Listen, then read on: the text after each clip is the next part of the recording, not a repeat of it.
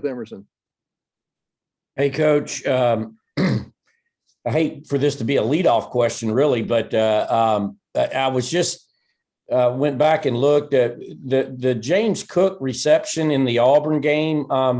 Did you have any idea whether you should? What were your thoughts on reviewing that during the game? And going back and looking at it, it looked like that he might have been in bounds on that catch. What did you guys see on the coach's copy?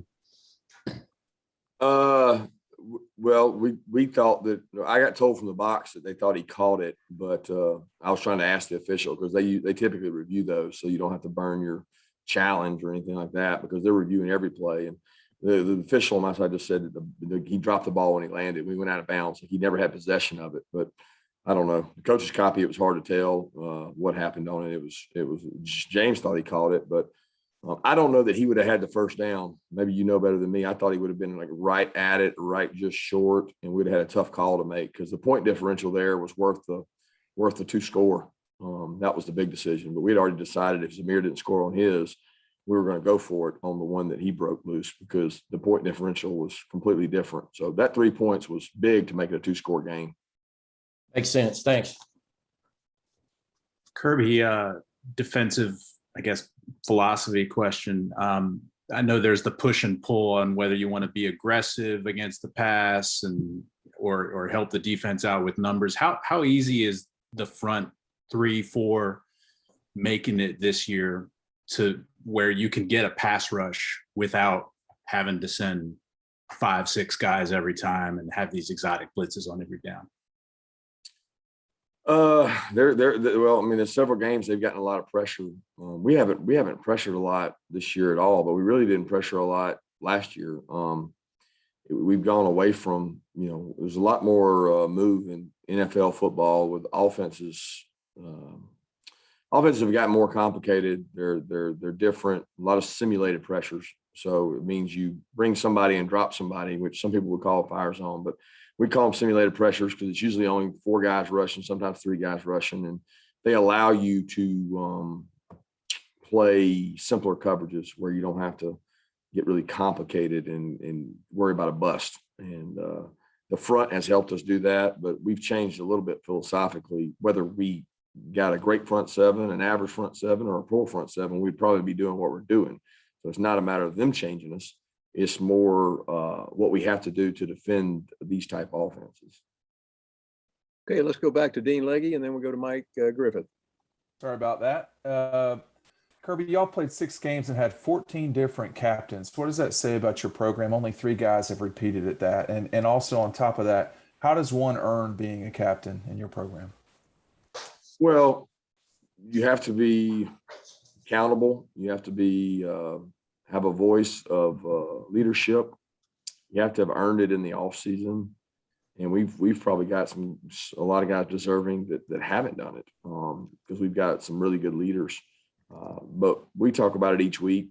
Somebody that we think has to positively affect somebody has to play really well that week, or maybe they're from that state. A lot of different ways to go about being the captain, but ultimately, I want them to be able to affect the other players and have an effect on them. And we let them share messages and talk throughout the week, and they take a lot of ownership in it. And I'm very happy that we got the guys we've got that can kind of share that role and share that burden. You want your best ones always out there, but sometimes it's hard for us to figure out who the best ones are. Kirby, could you update us on the injury front as far as guys that are getting back working and whatnot? Yeah, Amir Speed doesn't look like he's going to be able to make it back this week. Dom still not back. Rosemy, I think, looks good this week. He's taking a lot of reps. He's been working. Like I said, I thought he looked good in warm-ups the other day. It's the hope that we had when he was warming up. Jermaine Burton's done well and repped, and he hasn't taken the volume that he would normally take, but he's hitting his speeds. So I feel good about him. God knows there's so many. I can't even think of the rest of them. Chris Smith's been able to practice, but he's in a black jersey. He's not contact right now, but he's moving good and staying in shape. Jamari's kind of the same way. He's conditioning and working out, and watching the periods and think he's going to be good, but he's not able to take all his reps. I think that's it. I don't know. Could I ask just for an interpretation, that is fire zone not the same thing as zone blitz? Fire zone is zone blitz. Simulated pressure is not fire zone. Simulated pressure is you're simulating that you're pressuring, but you're really not, because you're only rushing 4. Fire zone is zone blitz, and you're rushing 5 usually. But simulated pressure is rushing 4, and there's a lot more people doing that than there are rushing 5. And look, offenses have morphed, guys. You rush 5 guys or 6 guys, they're just going to throw the ball out to a relief. I mean, it makes no sense to run it, because you're not going to be right. They're not going to like hand the ball off unless you rush 5 and 6 guys. They're going to throw it out to a flare, and then you're short a man.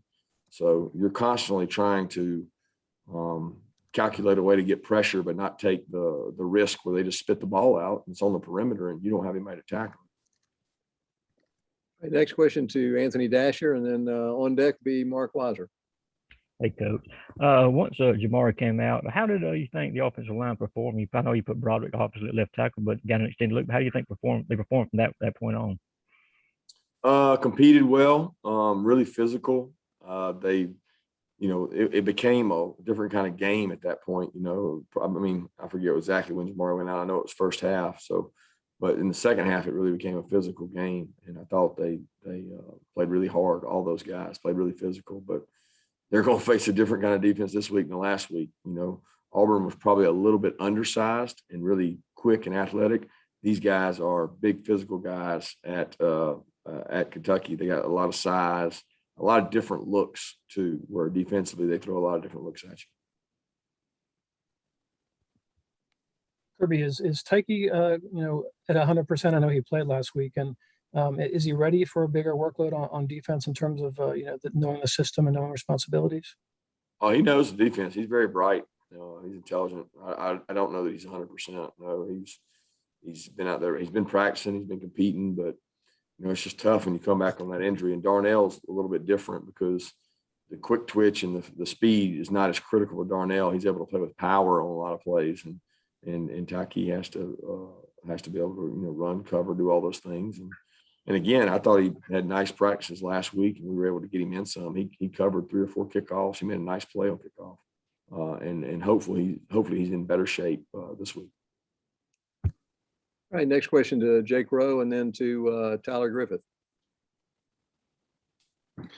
Kirby, Lab McConkey, obviously he's a guy that, you were kind of praising before this past week, and talking about the respect that the players have for him. And then, he comes out with a big game like this. What was it kind of this spring, this preseason, this, early on this season that kind of earned him the opportunity that he's gotten? What was kind of his practice habits and his kind of, like his moment that you guys realized that, hey, this guy's ready to play and he's ready to help us a lot? Yeah, he did it all last year. He was on the scout team last year with the wideouts we had, and I thought he was a really good player. We take reps. He went against all those really good players we had last year in the secondary, and I knew he was going to be a good player then. And a couple times last year that he got in the rotation, and he was working with the 2s and 3s, and I can't remember what happened. He got dinged up, or I can't remember what it was. But I remember he sent me a text, and he was like, "What do I got to do to get back where I was?" And I just told him, keep working. And in spring, he got a lot of opportunities. He made a lot of plays in the spring, made plays in the spring game, and he made plays in fall camp, and he made plays in the summer. He's a playmaker, and he's done a good job. You can count on Ladd to be full speed all the time. So I just think he's a good football player, and he gives you everything he's got every day. Nakobe Dean looks like he's having a lot of success flying around the field, blitzing from the middle linebacker spot and in coverage. Can you just talk about his development and how important he is to the defense? Yeah, he's a signal caller. He makes all the calls. He's a tremendous leader. When he speaks, people listen. Plays so hard, practices so hard.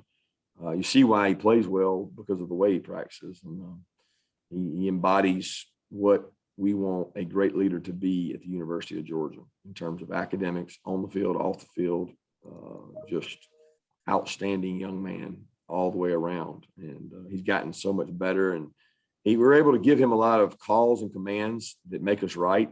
And the way offenses are, Kobe's really smart. He can put us in the right call like a quarterback does a lot of times. Okay, let's go to Palmer Toms, and then we'll come back to Davis Baker. Yeah, Kirby, having gone back and watched the film, how did you assess the play of Broderick Jones? And is this a situation that might allow Jamari to bump back inside some? Broderick did a nice job. Broderick came in, and that's part of the reason we've been developing Broderick was that we think he's a talented player. Jamari's played really well at tackle for a long time in the SEC, and we'll put the best 5 out there that give us the best chance to win. Hey, Coach, what do you think's made Chris Rodriguez so successful so far this season, and what do you need to see specifically from your run defense to limit his impact? Yeah, he's super physical. Dude is one of the hardest runners in our conference. His pad level, his strain, his drive, his power, it's like hitting a brick, man. He doesn't people bounce off him, and they have for years. And I told our guys, you got to get his cleats out of the ground, man, because he's not stopping. And yards after contact is why they don't have a very long second long reel. Their second 7 to 10 reel was shorter than anybody we've ever faced because they don't get in them. And he's a really thick, heavy back that you got to be a willing tackler. He gets to the second level quick. All right, let's go to David Pascal, and then we'll come back to Lance McCurley.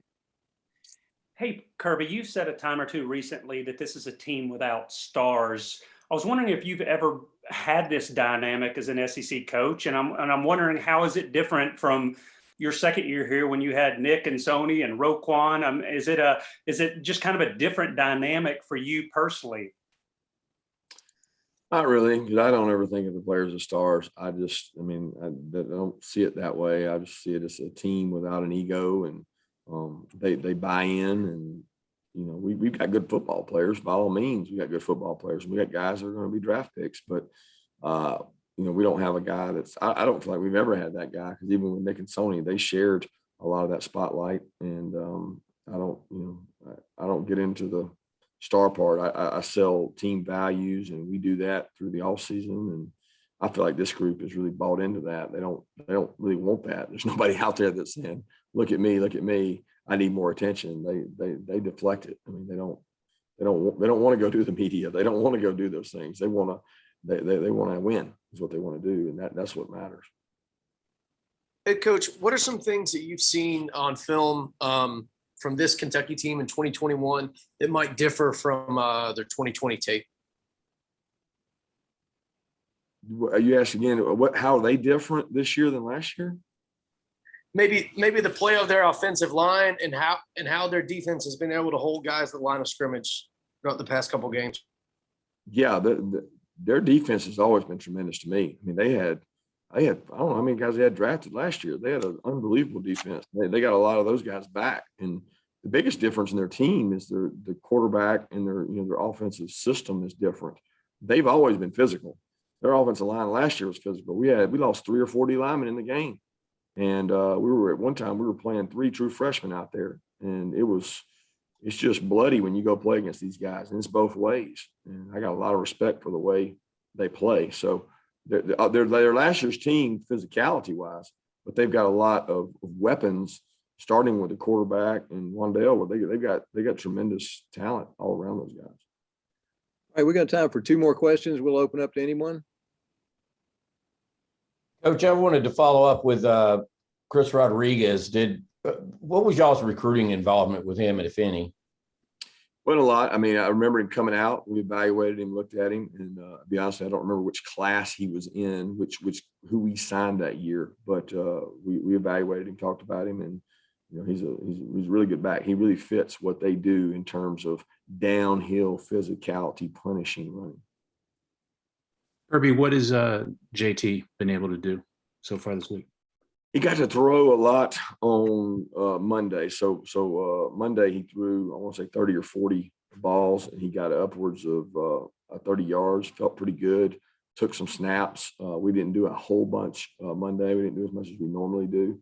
And then today, he probably didn't do as much. And so he was a little more limited. He took some snaps. He threw the ball some, but we're kind of going off Ron's protocol. He has him on a pitch count daily, following that. And then we check and see if he swells or if he has any soreness after it. And good news is he hasn't had any soreness the last 2 days, not extensive soreness. And we were able to go back the next day and continue to get some, but he hadn't been able to do a whole lot, a little more than he did the week before. Thank you, Coach Smart. Thanks. Thanks, everyone.